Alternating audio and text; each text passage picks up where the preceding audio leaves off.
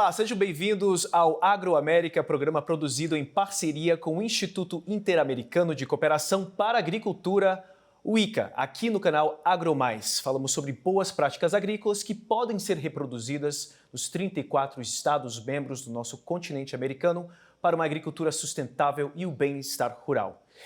Hoje nós vamos falar sobre a Guiana, país que tem recebido projeções positivas para o crescimento para 2025 em torno de 12,3% a 14,5%. Para falar sobre a reestruturação da agricultura no país, eu recebo o ministro da Agricultura da Guiana, falando de Georgetown, ministro Zulfikar Mustapha. Minister, welcome to AgroAmerica. It's a pleasure to have you once again here at our program. Thank you very much for inviting me on your program. I think this is a widely viewed program, and I'm very honored to be here this morning with you.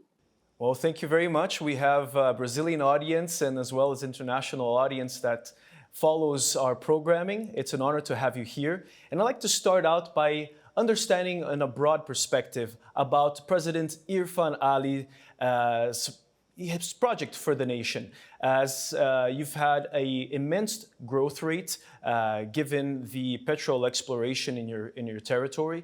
Last year, in 2024, the country grew almost 30% in its GDP, and it's been quite impressive.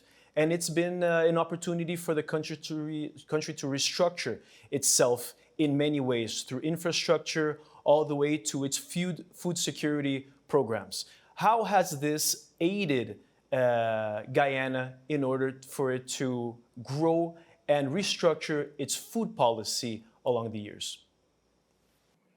Good, thank you very much. And as you rightly said, Guyana now is one of the most exciting places to be. We are one of the fastest growing economy in the world, and not only because of the oil and gas and it's growing the economy, but we have been putting resources in other sectors. And one of the main sectors that we have been putting these resources in are the food sector, the food security sector, the agriculture sector.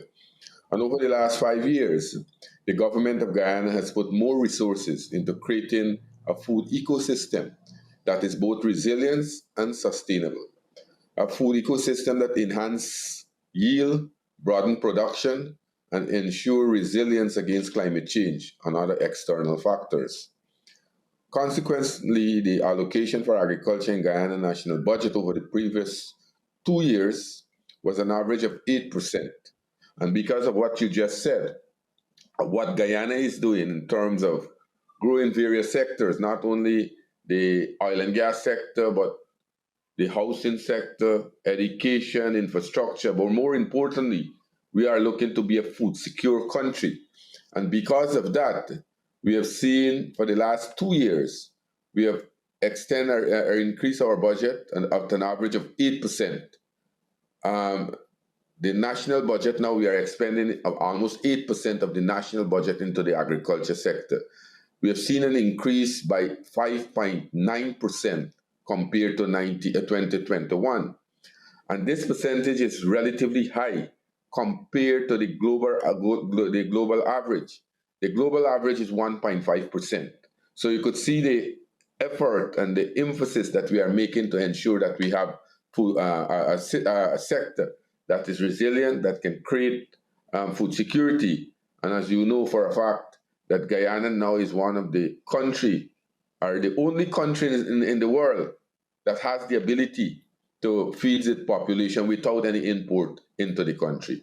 So that is it, that we have seen that the government over the years, the wealth that is being created is being distributed into the various sectors, but more importantly, the food security sector, because we have seen what has happened when we had the COVID pandemic.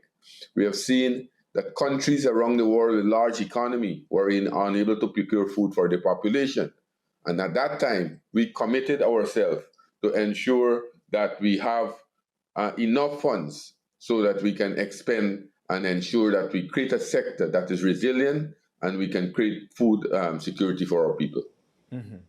One of the largest policies that I've heard President Irfan Ali speak about for the last 3 years, and as well you have spoken about, is creating this regional hub for food exportation, especially food that is quite nutritious, with high productivity, and as well as food that can cater to the producer's needs and as well as their income. So how has this new policy moment and this moment of having income from the oil sector benefited these producers in restructuring the way that they produce and bringing in technology into their lives?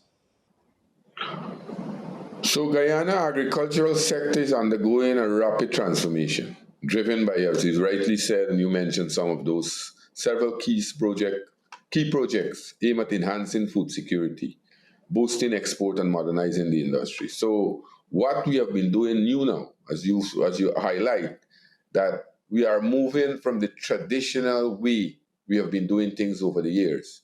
We are now embarking on a lot of education. We are modernizing the sector. We are also going into high value crops. So the traditional crops that we used to grow or we are growing, we are now expanding on those, we are modernizing those, but also we are going into more high value crops from the production of high value crop to agro processing. So we don't want to be a country also to be only to produce primary crops or do primary production, but we are now taking it to a different level and going to agro processing as well as increase aquaculture and livestock production.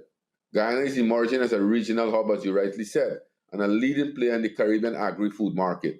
You know, with the expenditure and with the budgetary allocation that we are making, today we are, and I will go through in a few moments some of the new projects that we have started, but we are consolidating and building out what we have had over the centuries. For example, for the first time last year, Guyana was able to produce over 700,000 tons of rice.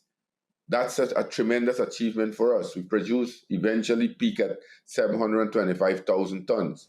Mm-hmm. In the livestock sector, we have seen growth in all the various categories. In the other crop sector, we have seen growth in all the other crops.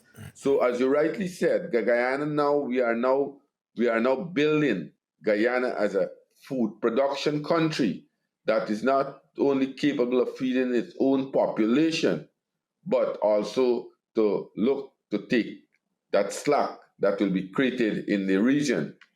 As we are on that subject, we are presently building a food hub, the construction of a turnkey food hub in collaboration with one of the most reputable contractor in the world, the Bloomberg Grain and Logistics. We have engaged them, and with that food hub, that will facilitate increased access to Guyanese food product in the diaspora and Caribbean market. That is the kind of linkages we are talking about. The government of Guyana is empowering agricultural innovation, and in this project, we are investing approximately 12 million over a 7-year period to build a state-of-the-art cold storage facility within our country. This cold storage facility will have a total area of 3,900 square meters of temperature control space and integrated processing zone. This facility is a transformative leap forward in preserving and enhancing the value of the 10 regions that we have in our country and the 10 high demand crops, including tomato, broccoli, pepper, those are bell peppers, spinach, and a number of other high value crops, cauliflowers, and so I can go on and on. Mm-hmm. So the development of advanced cold storage and the shade house program facility that we have started will not only reduce post-harvest losses, but will also extend the shelf life of our crops, increase farmers' income, and open up new market for our produce. So what we are doing now, we are revolutionizing the entire food sector in our country. The policy is to ensure that we create a sector that is resilient. Only a few days ago, 2 days ago, the president and myself, we launched a new product in Guyana, and that is an agricultural insurance product, where now we will be insuring farmers, because this part of the world are very prone to disaster, and we are living in a high risk disaster zone where many times farmers lose their crops, and because of drought, because of extreme weather condition and floods. Now we are creating a system where farmers will be compensated when they lose their crop.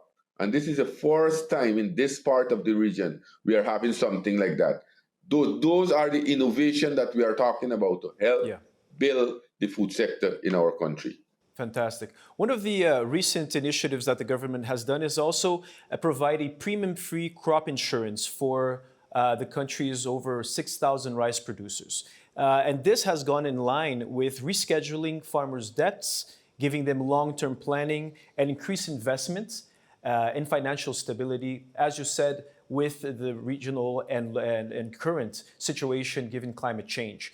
What has been the change in policy, therefore, into looking at farmers and to seeing, what their financial burdens may be in order to help them thrive amongst the difficulties that climate change also provides? So this is as a result as when we got into government in 2020. A few months after that, we suffered one of the most devastating floods in the history of Guyana. Almost 90% of the agriculture sector was destroyed because of this flood. At that time, we were new in government. We had to find approximately $7.8 billion to give back to the farmers to go back to the land as quickly as possible so that we can continue production and we will not have a food crisis in our country. And since then to now, we have been working and looking at policies where we can bring in farmers to ensure that they are being compensated whenever they have losses. In the rice industry, that sector is one of the most affected sectors. Sometimes they have severe drought, they lose their crop. Sometimes they have extreme heavy rainfall, they lose their crop. Sometimes they have paddy bugs and other pests destroy their crops. So what we have been doing over time, working with these farmers, and then at the same time working with international partners so that we can have a product where we can incorporate these farmers into. The idea of a crop insurance that the president himself negotiated for our farmers, and as you rightly said, free premium. This now will help our rice farmers to access easier loan from the bank, because many times they have to find collaterals, they have to pledge their properties, and sometimes when their crop is lost, their properties sometimes are seized, the bank take over their properties. The agriculture sector is going through a revolution in terms of new crops, in terms of increased production, in terms of investment in the sector, and government support in modernizing the infrastructure for farmers. Leaving out the local farmers, we are having a number of persons coming into the country, international companies coming into the country to engage with local farmers and partner with local farmers so that they can also invest to ensure that we broaden the agriculture sector and make it more resilient. So, for example, at the end of 2024, we'll be planting approximately between 12 to 25,000 acres of corn and soya. So we are moving to ensure that we have maximum production in those. Also, we have moved our production to a different level, not only shade houses across the country, but we have gone into hydroponics. We have the largest hydroponic farm in the Caribbean, in Guyana. And now we are replicating that in various parts of the country. We have 4 of those farms, and we have the young people, because agriculture, young people view it as a menial job. I think also in Brazil, the young people would have had their perception about agriculture. Of course. But we are changing that perception now, and more young people are getting involved in agriculture.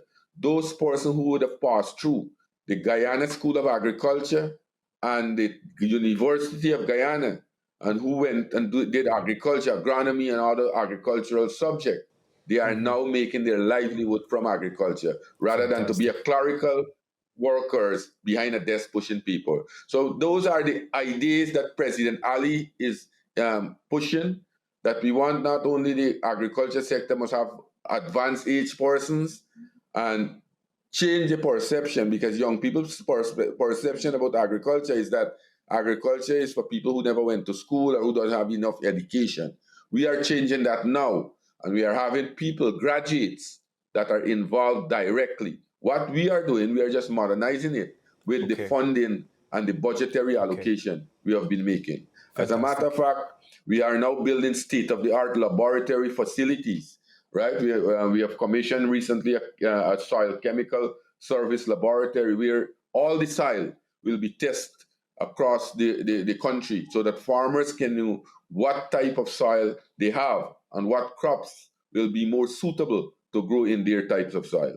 So those are things that we are moving very rapidly to modernize the agriculture sector and move it forward. Fantastic. Minister, we're going to go for a short break, and on the second half, we can go through these policies in more detail so that our audience can also understand and learn about agricultural revolution in Guyana. Vamos para um rápido intervalo e na volta vamos falar sobre essas iniciativas na educação, meio ambiente e no avanço da agricultura sustentável na Guiana. Fique por aqui e na volta o AgroAmérica traz mais para vocês.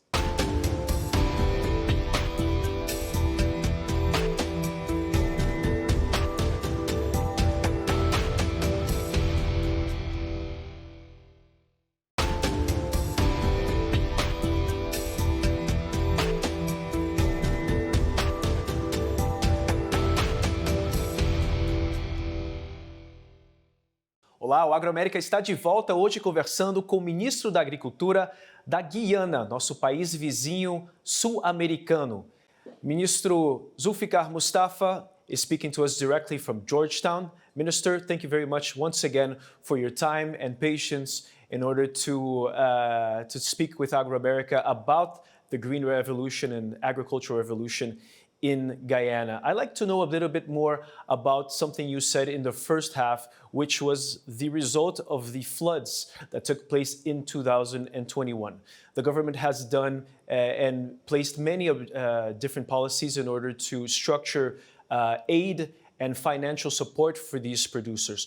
But what has been done in order to give them climate change mitigation and support structurally, in order for future disasters which have been seen along, the last few years around the world, and we are all subjected to them, from floods to wildfires, being that Guyana is also an Amazonian country, just like part of Brazil and many other countries. What have been the different initiatives in order to give these producers climate mitigation and resilience nowadays? So what we have been doing, we have been modernizing the sector in terms of, first of all, we have been looking at flood mitigation measures. We are now looking to build mega structures. We have put down a number of new pump stations across the country. We have rehabilitated a number of those sluices, which is cokers. We have rehabilitated canals. But what we have done also in 2009-2010, the former president, Dr. Bart Jagde, would have built a canal called the Hope Light Canal. That's a high-level canal that drains water directly into the Atlantic Ocean. And for your viewers, for their understanding also, they should understand that Guyana is below the sea level. So the Atlantic Ocean is above Guyana. We are below 5 feet below the Atlantic Ocean. So it's very hard for us to also drain the land with a gravity flow naturally. So what we have to do, we have to put in more pump stations. We normally have tidal drainage. When we mean tidal drainage, for a few hours.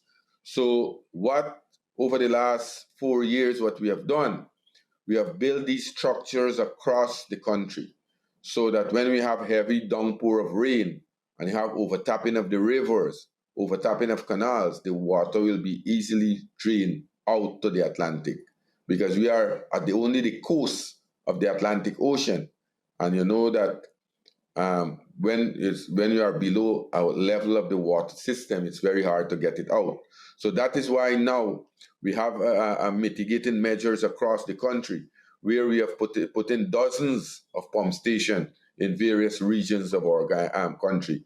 And at the same time, we are building these mega high-level canals that can be drained 24 hours. So all these measures we have put in place to ensure that farmers will not be affected, When we have heavy drought and there is a need for irrigation, we have large canals that we are storing water, fresh water, and we have a number of creeks that we are storing fresh water so that we can also use those, or we are using those to do the irrigation across the country. So, and a win-win situation we have when we have heavy rainfall, we putting down those pump stations, we have those rehabilitated canals, we have those high-level canals, those new rehabilitated sluices to drain the water out when we have heavy rainfall. When we have a drought-like situation, we have these canals to store the water, these creeks and some rivers that we have fresh water that irrigate the fields. So on both sides, we put measures in place, mitigating measures to deal with the situation as it arises. Fair enough. Well, at the end of the year in November now, we have a series of events that are taking place that are important for the sector, one of them being COP30, the United Nations Conference on Climate Change, which will happen in Brazil, in the city of Belém, in the state of Pará. And the expectation is that the government wants to engage in further action, concrete action, to mitigate climate change, which affects directly the producers in all of our countries. As you said, there has been investments in creating infrastructure that will make not only farmers, but the whole nation resilient to floods, to droughts, making sure that you have water resources in order to attend the population. What is your expectation for COP30, and how will Guyana engage for the benefit of agriculture in South America? Well, Guyana as a country, as a small country of Guyana, we are one of the leading countries in terms of climate change and climate adaptation. With our LCDS, revised LCDS 2030 and beyond, Guyana now is leading in terms of climate action. Only a few days ago, and as I'm speaking now, we are hosting the Biodiversity Conference in Guyana with a number of head states attending. And, our president is a very, very passionate advocate about climate change. So building on the Guyana Low Carbon Development Strategy, our president, His Excellency Dr. Mohamed Irfan Ali, has emphasized Guyana's commitment to advancing biodiversity financing and delivering tangible environmental solutions. Over the last few days, as I said, Guyana launched a global biodiversity alliance at a landmark summit, signaling its commitment to international collaboration on biodiversity issues. President Ali has pledged to double protected area by the end of the year and to safeguard 30% of Guyana's land and marine ecosystem by 2030, based on scientific evidence, legal frameworks, and community involvement. The result of the Global Biodiversity Alliance Summit will undoubtedly inform Guyana's participation and shape our discussion at COP30. We are looking at the developed world must also contribute equally to ensure that developing countries survive, and developing countries, the ideas that are coming out from countries as small as Guyana, be adopted across the world so that we can have, as your president, President Lula in Brazil, and Yes. President Ali in Guyana have been working to achieve. And I think COP30 in Brazil will be very, very important for countries like us to make our contribution there and hear the pledge coming out from the developing world. Well, I wish you the best of luck, and I thank you very much for your kind support, your time in this program. It's been an honor to speak with you and hear about the initiatives that Guyana has taken up to support its agricultural sector and to promote sustainability at the same time while promoting food security for the region. Thank you very much. Thank you for inviting me in your program also, and I hope to see some of you all at COP30. Bom, eu conversei com o ministro da Agricultura da Guiana, Zulfikar Mustapha, falando diretamente de Georgetown, da capital. Ele trouxe informações pertinentes sobre o avanço da agricultura no seu país, com sustentabilidade, olhando para a segurança alimentar, graças também à exploração de petróleo, um equilíbrio que deve ser feito com desenvolvimento, ao mesmo tempo buscando soluções sustentáveis para a gente trazer ao mundo soluções verdes e substituir também o uso desses combustíveis fósseis. Fico por aqui e te agradeço pela audiência e até o próximo programa Agroamérica. Até mais!